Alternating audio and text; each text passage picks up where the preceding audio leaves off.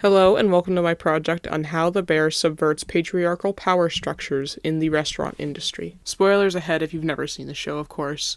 The Bear is an FX original series that follows Carmen Berzado as he navigates his newfound ownership of his late brother's restaurant. He hires Sydney as his sous chef and hopes to return the restaurant back to decency. The first season focuses on the beef struggling to stay open and concludes with Carmi finding a large sum of money. Season 2 develops relationships between the characters and simultaneously, Carmi and Sydney build their dream restaurant. The season ends with a successful launch day. Season 3 is about the restaurant's first few months of operation, with some backstory sprinkled in here and there. These characters on this show love what they do, no matter how much it makes them crazy. Sydney and Tina both love being in the kitchen. It's their passion, Sydney in particular. Laura Worrell from the LA Times was particularly moved by this portrayal. Quote, Sydney has brains and a relentless devotion to work, which feels revelatory considering the show never admonishes her for it. When we see strong-willed, self-determined women, particularly women of color, paradigms shift in the culture. Positive portrayal of working-class black women loving their job leads to positive thinking towards these women. Our media influences how we think about others, and how we think about others is reflected in our media. Some argue that Sydney has some shortcomings as a leader as well. She's bossy, stubborn, pushy, etc. But I think this concept of female leaders being bossy also stems from misogyny. In an interview published with Cornell, Susan Fleming reflects on how gender stereotypes play a role in how we view female leaders. She says that women are instantly categorized as being more communal than men. So they're expected to be gentle, sweet, overall just likable. And so when a woman violates that, she is instantly recategorized as bitchy, bossy, and pushy. Meanwhile, if it is already expected of a man to be assertive, demanding, and decisive, that's seen as an asset. So it's a double standard.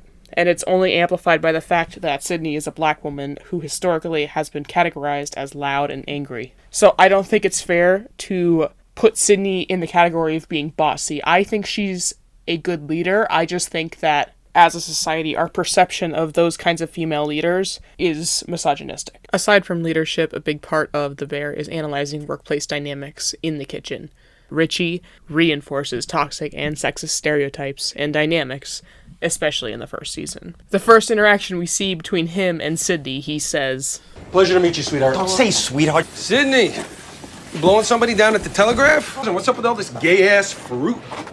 Sydney, sorry about the gum, babe. I had to get rude. Go to the register and do the worst fucking thing you know how to do. Why are you being such a fucking bitch right now? I don't know, Richie. Why am I? It is shocking to hear anybody talk like that in public, much less in the workplace in this day and age, but unfortunately it's not foreign to the culinary world. Despite most other male-dominated industries slowly climbing back to some level of gender equality, the kitchen is lagging behind. Harris and Jeffrey, in their book Taking the Heat, Women Chefs and Gender Inequality in the Professional Kitchen, blame a culture of masculinity for this. Quote, this treatment serves as a constant reminder of women's token and outsider status within the gastronomic field as a whole. It also reinforces notions that men and women are different and bolsters hegemonic masculinity in workplaces. You'll notice the majority of misogynistic remarks are made towards Sydney. Before her, the only other woman in the kitchen was Tina, who seems to fill the role of the mom in the kitchen, and more on that later. But Sydney has the most beef,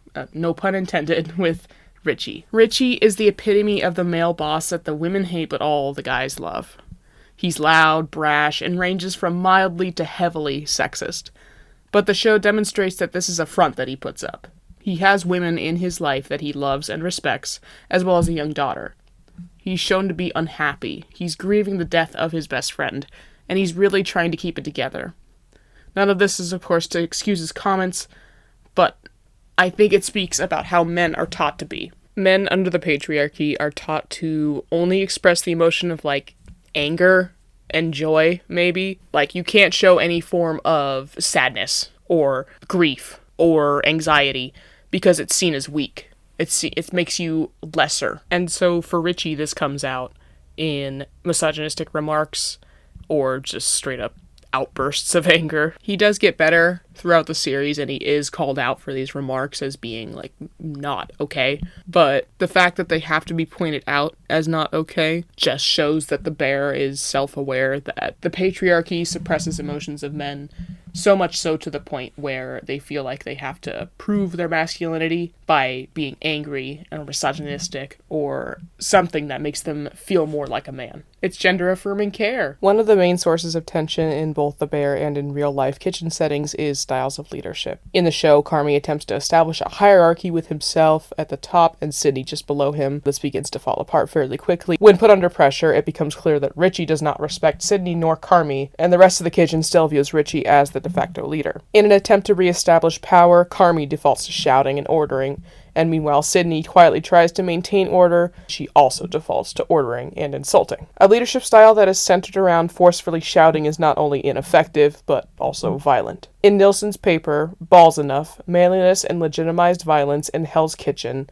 the author describes this precise relationship. While he discusses Gordon Ramsay's show, he does state that it speaks to a wider trend in the restaurant industry. The way that Ramsay insults and yells at contestants speaks to a wider, toxic culture of hegemonic masculinity. He calls the female contestants bimbos and bitches, and the male contestants are compared to women in a negative light. But, to return to the Bear, it is shown that this outburst by both Carmy and Sydney is ineffective and detrimental to the culture of the restaurant. This is another thing that I think that the Bear does right. It shows that displays of toxic masculinity, throwing things, shouting, or Richie's comments are unproductive. Meanwhile, Hell's Kitchen treats it as a necessary hazing ritual. One could argue that the Bear's portrayal of leadership dynamics is unrealistic, but remember what I said earlier?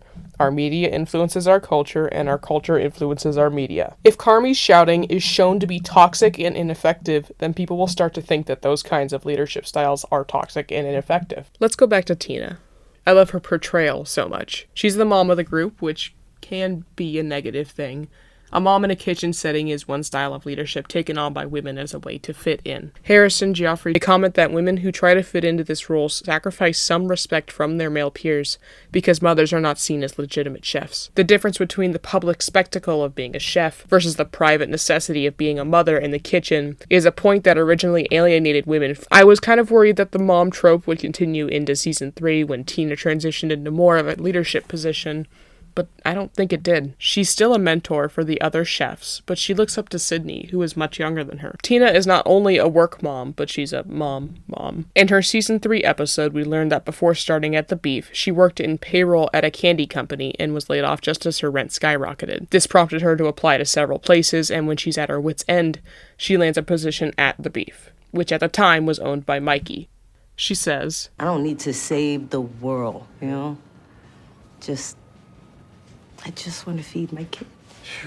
In the real world, mothers often feel powerless and are seen as unfit for leadership because of a double bind. Torres et al. In their research to determine how motherhood impacts a woman's career progression found that, quote, to be a good mother, they must prioritize their families over their careers. But to be a good leader, they must prioritize their careers over their families. But Tina doesn't seem to feel limited. And maybe some of that is underdevelopment of her character, or maybe it's simply unrealistic. But I think that showing women, especially mothers, succeeding in their careers, growing in leadership positions, and being happy and satisfied is important. It shifts the perception of mothers in the workplace. They don't have to pick being absent from work or being absent from their kids' lives. Speaking of work moms, Natalie Sugar Bear Zotto is the other work mom. Certain characters like the Facts refer to her as Mom more than once. She has pet names for these characters that feel maternal. Categorizing her as Mama Bear can be detrimental to how she is viewed as a leader. Mothers are not viewed as legitimate chefs and are therefore viewed as lesser in restaurant settings. We already went over this with Tina. But I think Natalie is smart enough to know that what she's doing is using stereotypes about women to her advantage. There's a scene where she plays dumb in front of Uncle Jimmy, a powerful family friend who put a lot of money into the restaurant. No, you're absolutely right, Uncle Jay. I mean, we need help. What can we do? I feel like you always know what to do. I'm sorry, I just couldn't figure it out myself. You just take it easy on yourself, all right? This could be at a detriment to Natalie's respectability as a leader, but at the same time, I think it is a valid way to navigate a sexist society. Aside from Natalie being a mom figure, she is also grieving throughout the series. And while there's not a whole lot of tears or panic attacks coming from her, Mikey was her brother too. But instead of falling apart like Carmy or arguably Richie, she is the one maintaining some sense of stability. Sarah Cortina at Medium discusses this and how it paradoxically breaks the standards set for women. Women are told that they are overly emotional, but yet maternal figures are expected to be the glue holding families together after tragedy. While this portrayal could contribute to this exact stereotype, I think that it's not at all a bad thing for women to be seen as strong, even stronger than a man, in a story. And while yes, it is also conversely important to see a male character break down emotionally in order to shatter other stereotypes, it's important to show the support system that male character has. Natalie was the one who pushed Carmy to go to Narcotics Anonymous for families. She held down the restaurant in season 2 while Carmy was getting involved with a relationship. Honestly, she's just a badass. This show is full of badass women. Tina, while being an actual mom and a work mom, is complex and juggles the responsibilities of both in a healthy way. Sydney is unashamedly outspoken about her needs and wants and is shown to be a successful leader as a result of it. And while Natalie may contribute a bit to sexist stereotypes, she ultimately shows that work mom shouldn't be played with. She gets shit done, for lack of a better word. Overall, I think The Bear portrays female leading characters in a strong, positive manner that can shift perceptions of women in the workplace. It's especially relevant to do this in the restaurant industry, as for some reason, that glass ceiling has yet to be shattered. Thank you for watching my presentation.